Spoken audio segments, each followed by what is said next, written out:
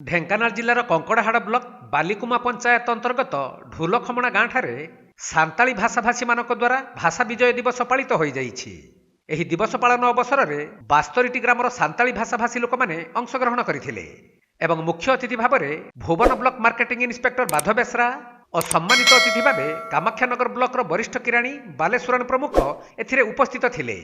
ପରେ ଆଦିବାସୀ ପରମ୍ପରା ଅନୁଯାୟୀ ଭାଷା ବିଜୟ ଦିବସ ପାଳନ କରାଯାଇଥିଲା। ଏଥିସହିତ ସାନ୍ତାଳୀ ଭାଷାର ନୃତ୍ୟ ଗୀତର ତାଳେ ତାଳେ ହଜାର ହଜାର ସାନ୍ତାଳୀ ଭାଇ ଭଉଣୀମାନେ ଝୁମିଥିଲେ।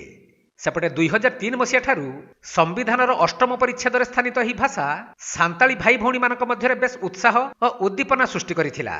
ତେଣୁ ପ୍ରତିବର୍ଷ ଏହି ସମ୍ପ୍ରଦାୟର ଲୋକମାନେ ମହା ଆଡମ୍ବର ସହକାରେ ଏହି ଦିନକୁ ପାଳନ କରି ଆସୁଛନ୍ତି।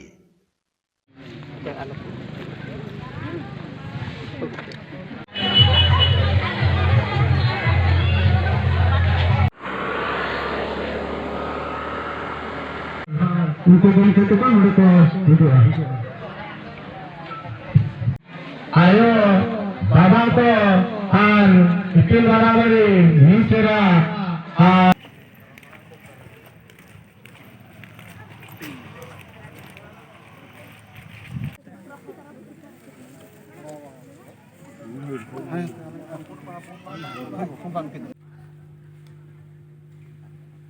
ଢେଙ୍କାନାଳ ଜିଲ୍ଲା ପ୍ରତିନିଧି ରମେଶ ଚନ୍ଦ୍ର ସାହୁଙ୍କ ରିପୋର୍ଟ, କୋଣାର୍କ ଲାଇଭ୍।